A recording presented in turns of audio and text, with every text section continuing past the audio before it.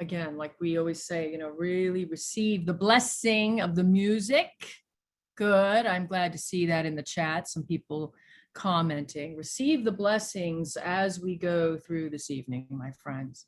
And I'm going to ask for an open heaven. I'm going to ask for an open channel right now, that exactly what needs to be said and exactly what is meant to be said, that I step out of the way, that this message is truly, that it's efficacious, that it's advantageous, that it's powerfully bold for you, and that perhaps that we can go in to this time of the service one way and leave another way, leave a different person behind, and instead moving forward into a futuristic, a model, into a paradigm that is truly about a positive peace and a transformative justice, and how we bring an equalized compassion and a radical love into this world. Yes, this I claim, this is where we need to go. Feel it. Know it. Know, my friend, know that the revolution of love, not this ministry, not this thing that we call a ministry and a movement, no, that the revolution of love, that the revolution of love, a global vision of change making, of you as a change agent, of you as a prophet, of you as a leader, is now. Yes. Is now. Yes. We create a positive peace. This is where we've been. The slide we have been on, we create a positive peace. We practice a transformative justice. We practice it, my friends. We practice it because it's hard. We bring an equalized compassion and a radical love. And we what? We believe in a God, in God with all its names. So that gives you a lot of room, a lot of wiggle room if you need it. Oh, and why? Why is this line so intricately important in the vision statement? Remember, we are going over the vision statement line by line for you to know what this whole thing is about, for us to be reminded of what we are dedicated to, what we are committed to, what we are also saying no to.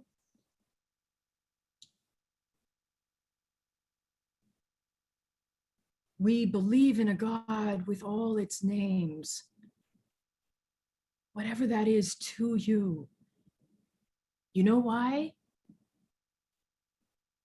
Because without something holy or something sacred or something of a highest good at the center, it becomes too hard to not only do the work of a positive peace and a transformative justice and an equalized compassion and a radical love. You know what happens? You don't believe in it. You don't believe in a world without prejudice and discrimination and bigotry and racism and phobias of all kinds. You don't believe in it. Think about it. Even the best of us, when the chips are down, it's very hard to not subscribe to systems and structures and policies that are oppressive or hateful or full of violence. But see, when we center, when we believe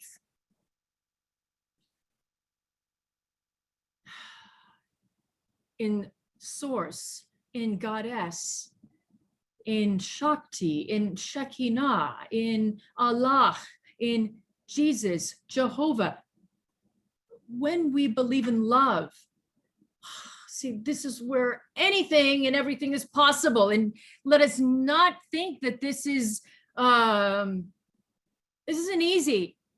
This isn't about syrupy, passive love. This is the hardest work that we're ever going to have to do. It's the hardest work that we're ever going to have to do.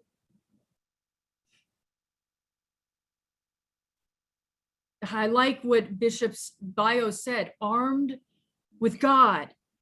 It was armed with God, something of this nature, armed with God, armed with the word, armed with God, the logos, armed with God, armed with whatever you believe in to be God. You are golden. We are golden. We can do this because we can believe in what needs to come, the change that is going to come, the change that we must create. There's no not believing this anymore. There's only believing it, friends. That's it. To be clear, when I'm saying it, I am talking about a world where our children are safe, a world where we are not in peril, where people in marginalized communities are not in danger day in and day out, but instead that there's not only hope, but that there's an uplift, that there is life, that there is good. Last time you talked about what you believed in to be God for you. Whew, I'm feeling it. Last time you talked about what you believed in about God, if you believed in God. And I realized that was a bit premature, that maybe the question could have been, what were you raised to believe in? And so tonight, as I sort of diverged already and went off page, I want to bring us back to that which you were taught to believe in, as it relates to your spiritual wellness, to your healing and believing today. Remember, my friends, religion and the Latin is what binds you. And so even if you're not religious, what binds you? And going back some clicks now, going back. What were you taught to believe?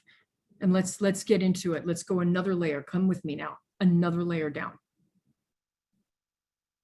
We know at Roll, we know that some of you have experienced great harm in the name of religion. Because of the way you look, because of the color of your skin, because of who you love, your sexual orientation, because of your gender or your gender expansiveness, because of your class or your status, maybe because of your ability, maybe because of your own divergence with what a clergy person taught. And maybe you questioned it and you experienced harm. You experienced wounding. You experienced religious wounding. We're aware of this here. And I want to name this tonight very succinctly and specifically, that we are aware that some of you, maybe not all of you, but some of you that have drawn to Roll have experienced harm. You've experienced religious wounding. And if you have, if that is you, we really do, we do see you and hear you and love you. See, that's why we say these things here. This isn't lip service. This isn't to sound nice. This is real. We see you. We hear you. We love you. We believe you. We believe maybe I should say the wounds that you have experienced in the name of a God, in the name of a religion, in a religious institution or an organization. See, we know this happens. We know it happens day in and day out. We know that the patriarchy is real. We know that that colonization, that the colonial mindset that has been fettered in through religion, we know what happens, right? We see it and we see it replicated. And here's the thing, my friends, even if some of us have not experienced religious wounding because of our identity, that doesn't matter. Because our friends on the Zoom, maybe someone right in the next box to you has. And so it doesn't have to show up at our specific doorstep, does it? For us to care and for us to stand with and for us to recognize that we, remember another part of our vision statement, we do not and we will not co-sign, align, or enable any form, any structure, system, policy of hatred, oppression, or violence. Feel it, please. So that's why the question when I sent out the email, what about religious wounding? See, this is why role exists. One of the main reasons that role exists was because of this awareness. Because some of you may have been deeply harmed and deeply wounded. And we cannot allow that.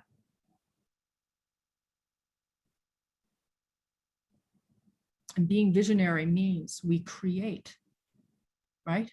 We create outside of the box. That's what we get to do here. That's what you get to do here. It's not me, and it's not just this worship team. It's all of us. All of us. That means you. That means you as a prophet. Hello, come back. Thank you.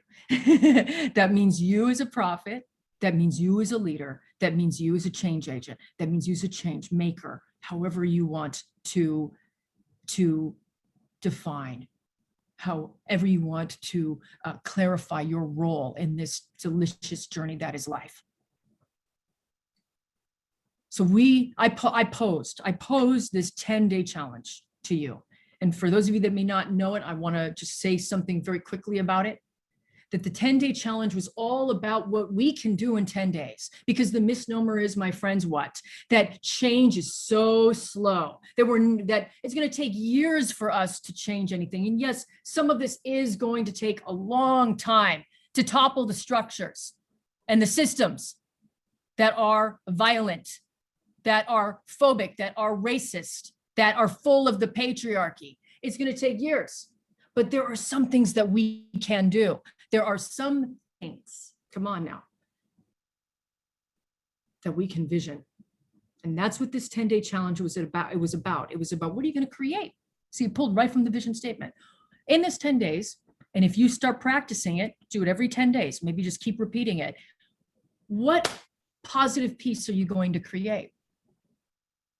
Remembering that positive piece, I know I'm throwing a lot of information out, just stick with me.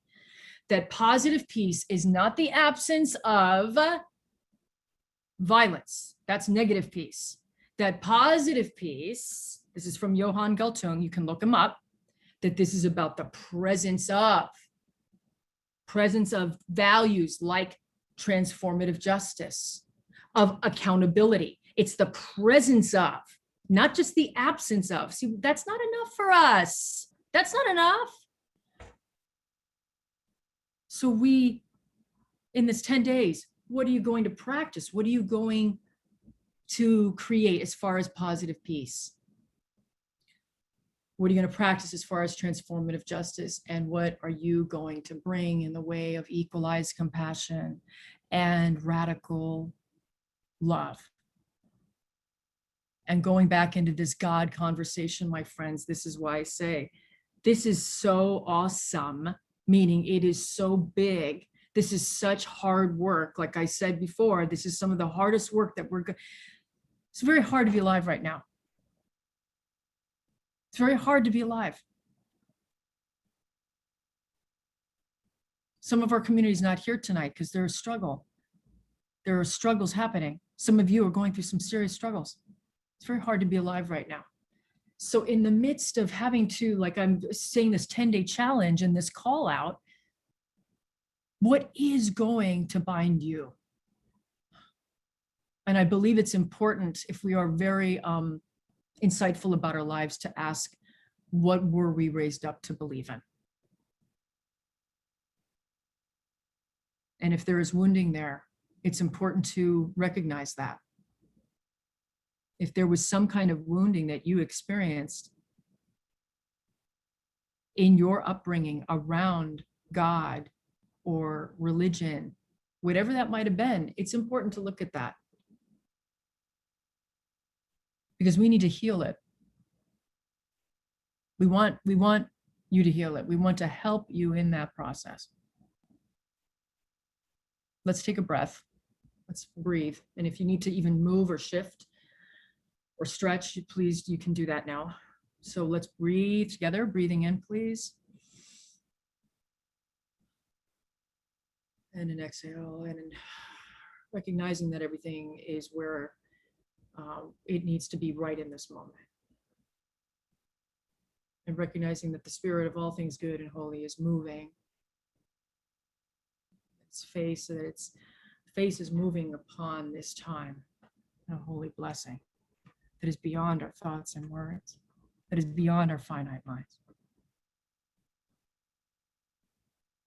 And so if it feels right, I feel like we are pretty lifted, but if it feels like you would like to specifically share some things about what you were raised to believe in, going definitively on that front, what you were raised to believe in about God, then I'm going to invite you to do so.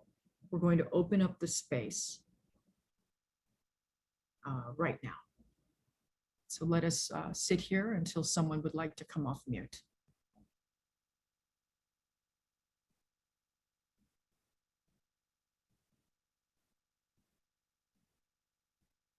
Judy, please. I see a hand.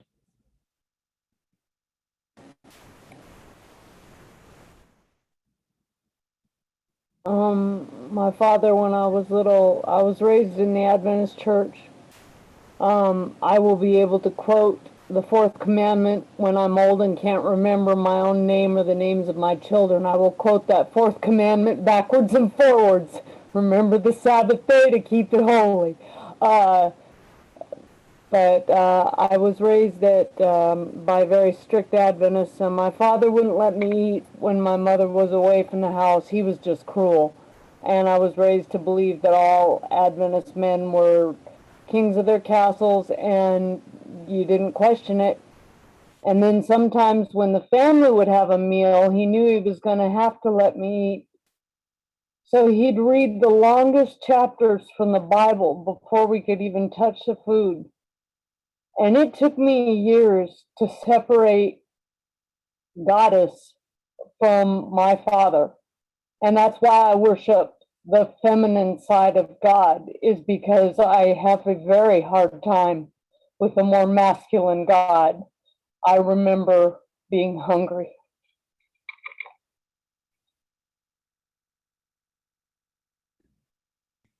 Bless you, Judy. I don't know if you wanted to say any more after that, or if you felt complete, but we hear you. We hear you in that. And so for those of you that would like that question again, I'm asking tonight, what were you raised to believe in about God?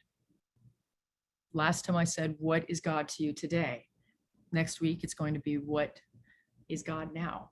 Or what can God be? But tonight we are going into what were you raised to believe in about God? So let us hear some other voices, please. If you didn't get to talk last time, maybe take a step. Yes, Gabriella.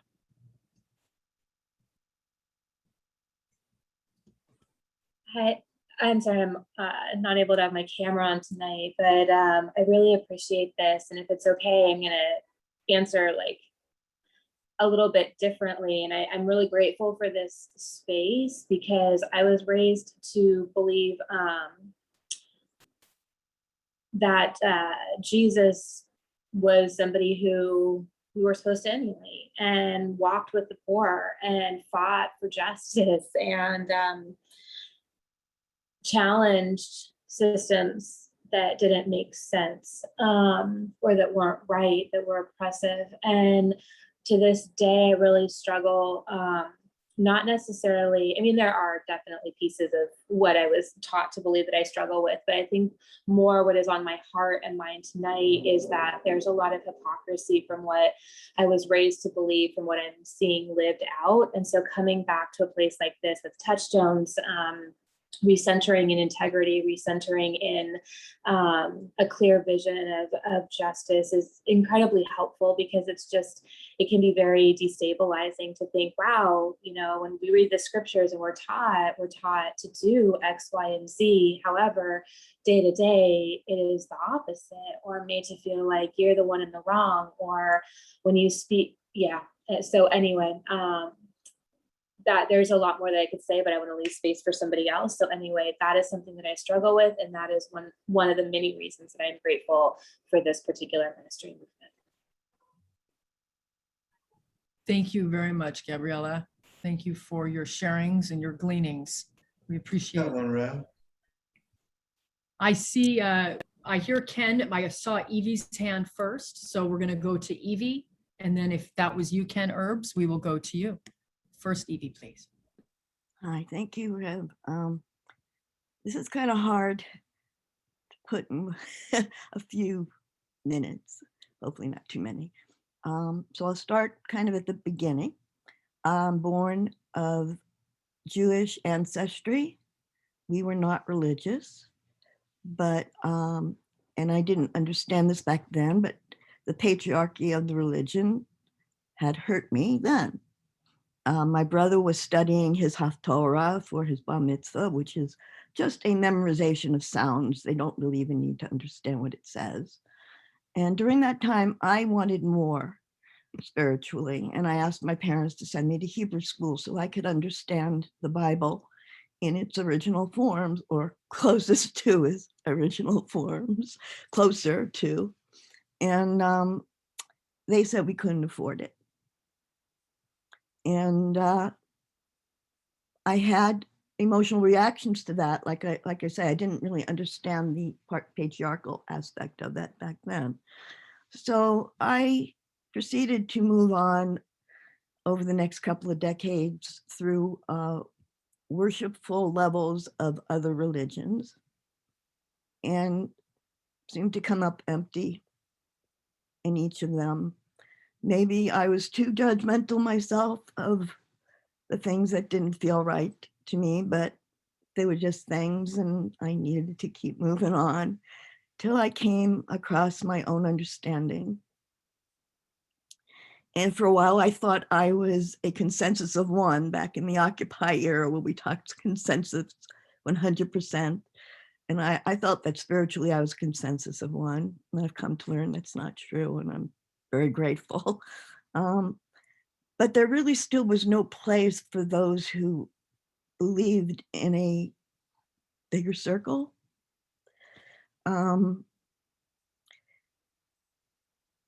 us to gather and not feel like we're tiptoeing because we don't know what's cool to say around people who still are faith-based into other religions, specific religions. And that's been my path till now. And sometimes these hurts from the different practices that I explored, they come back up and give me emotions that I don't want to be feeling right now.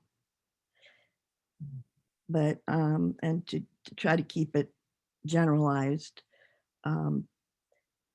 people in my life have some socio-political, religious beliefs at the moment that are making life very difficultly for me in my personal world. So that's, I think, best I can do right now. Thank you, Evie. Thank you. That's why Roll exists. A lot of the reasons you just named. So we're grateful that you're here. We're grateful that all of you are here. And So from Evie now, we're going to go to Ken Herbs, and then I see Gustavo. So first, Ken, please. Ken. Thanks. I just, somehow or another, I was thinking about it the other day. Maybe it was the email that made me think of it. But I was thinking about how in Catholic school, I remember a nun explaining me, and it didn't really, I won't say it wounded me or hurt me, but I was in, complete disagreement with it initially when she explained that I think the way the Bible teaches it is that the Jews, Pontius Pilate asked, should we, who should we put to death? Is it the thieves or is it Christ? Who should be put to death? And I guess the way the Bible teaches it, that the crowds and the Jews, I believe the Jews, said, put Christ to death and not the thieves. And she explained that I did that. We all did that. And I said, no, we didn't. I didn't do that. I said, I didn't do that. I wouldn't do something like that. I don't know if I just wouldn't do that. She said, oh no, you did that. And I think it was right around here when I began to say, well, I'm not buying all of this stuff here. So today I don't have a problem with religions, but I see how some teachings can be really hard on people. And thanks, Avi, for sharing your piece and everyone else. And that's all I got. And the part about living forever and ever, that actually was a little bit, that gave me a headache one day. I said, oh my goodness, I couldn't contemplate. How am I supposed to live forever and ever? Heaven, that just seemed to be a concept a little bit much. So anyway, I hope you guys have a nice day. Nice to see everybody. Thank you, Ken. Thank you, Herbs. And now Gustavo, please. Good to see you. Oh, hi. Hi, it's really great to see you, Reverend friend Felicia, and everybody. Hi, everybody. Let's see. Well, I was raised very conservatively Mexican Roman Catholic, but really conservative. And my aunt, who I looked up to and admired, and she always used to read those huge Bibles that like gold leaf trim, or at least look like it, and they have all the paintings from Michelangelo, and so she would always be reading that Bible in Spanish, and I would look at the pictures, and I thought God was white or like Italian looking, and I thought he looked like an ex-bodybuilder or something, and I thought God was not like me. I was not that. I was darker, and I learned from ancestors that first, that something like every sin is equal. There's no better or worse sins, but then at the same time, the sin I was taught of homosexuality was something that was so horrible and despicable, disgusting, that we weren't even supposed to talk about. And so growing up gay at age like 6 years old, I felt like an outcast, and that God would, like there was this monster inside me that I never talk about, never tell anybody about. My friend, my mother, not the teacher, not anybody at all, with no exceptions. And I'm hearing that a lot of people have felt like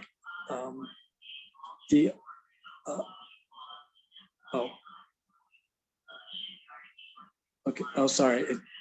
I think your connection is. I'm sorry. I got distracted. Oh, okay. I'm sorry. I stopped. Yes. It's a little wobbly, Gus. Your connection is unfortunately a little unstable. So. Oh, okay. Yeah. We could go to the next person. Yeah. Is there something you just wanted to add on towards just to feel a little more complete there quickly? Just that I feel everyone here, and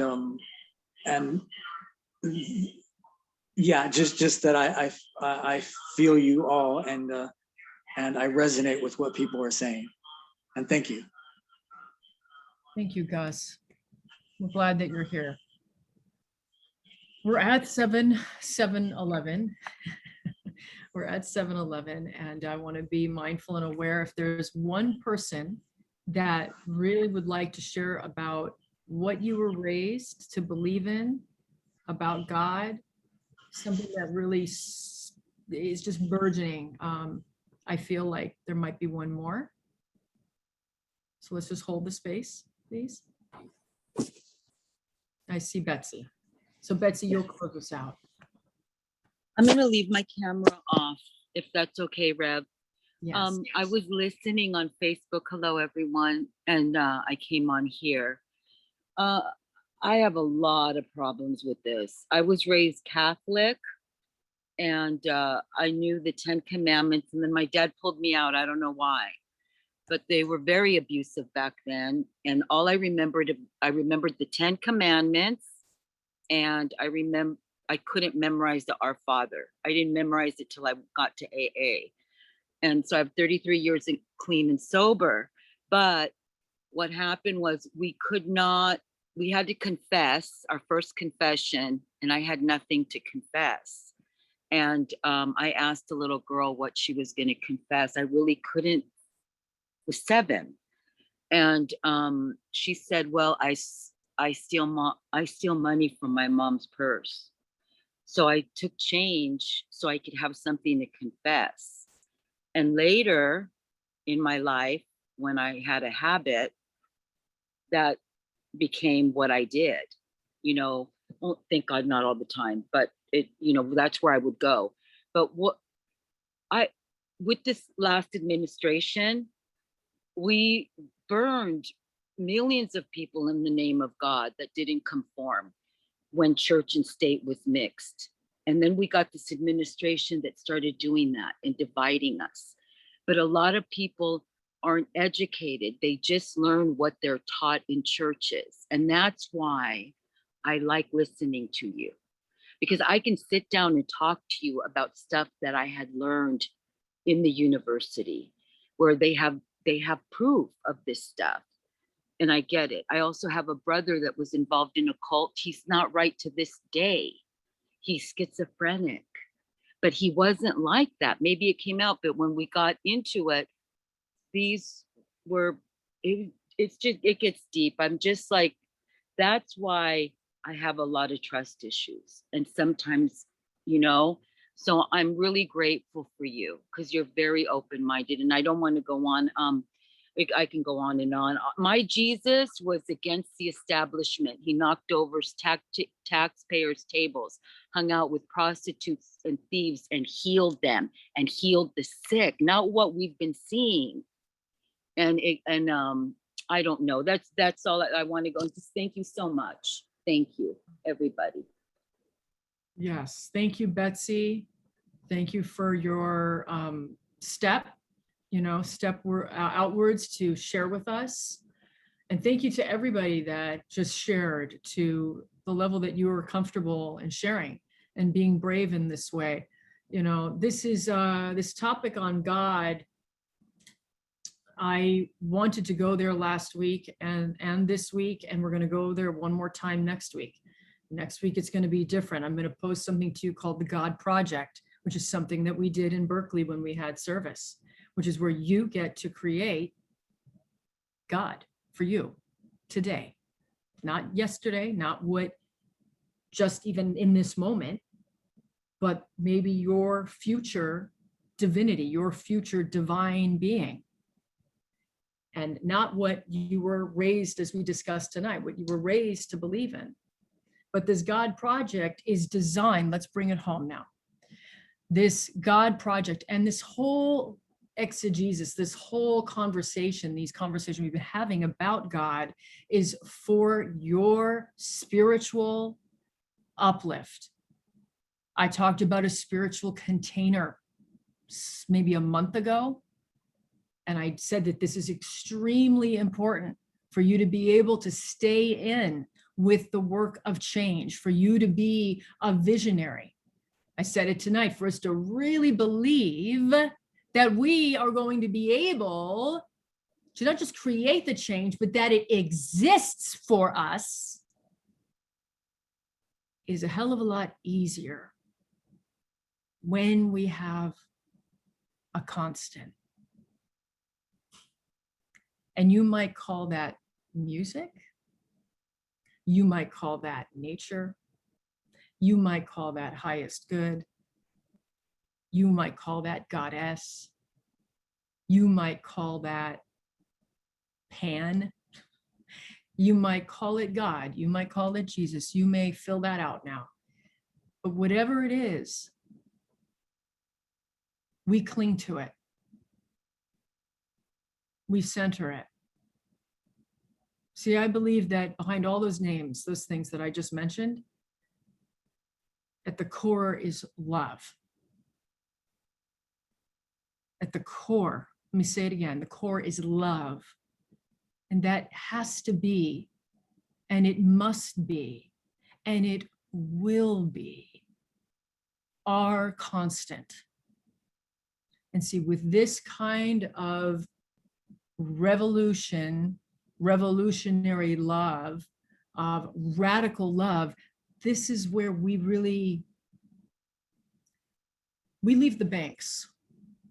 We leave the bank and we go to the other side. We go into the canoe, if you will. I see it. And we go from that bank, we leave the shore and we go into that other side where they are waiting. I don't know if it's the ancestors. I don't know if it's the spirit guides. I don't know necessarily what it is.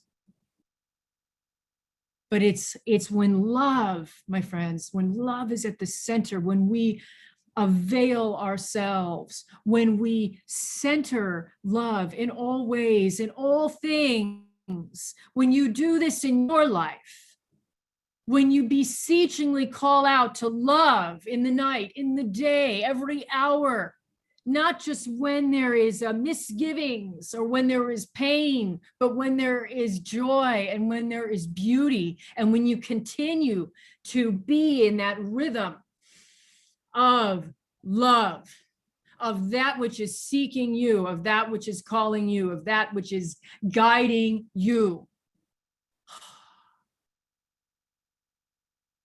This is the weight. This is the call. This is the constant. This is the food. This is the source. This is the life. This is the joy. This is the beauty. And yes, there will sometimes be struggle, won't there? There will be times.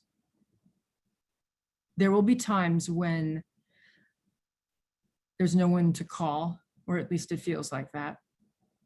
You know those times where you feel alone.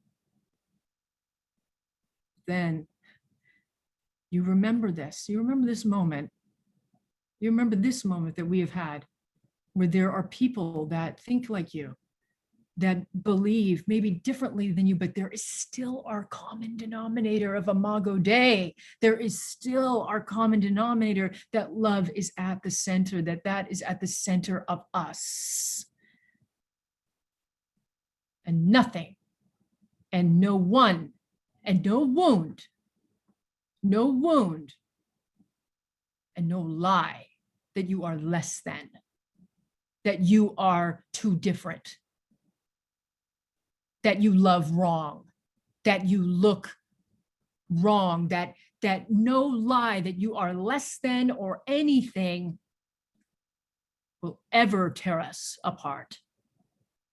That Imago Dei, nothing can take that away from us, ever. I say it a lot. We are together in this. We are with one another. And in this moment tonight at 7:20, as we close for this last song, we remember this moment. You take a Polaroid, you take a snapshot of how you feel in your system. How does your energy feel? How does your body feel? Take a breath.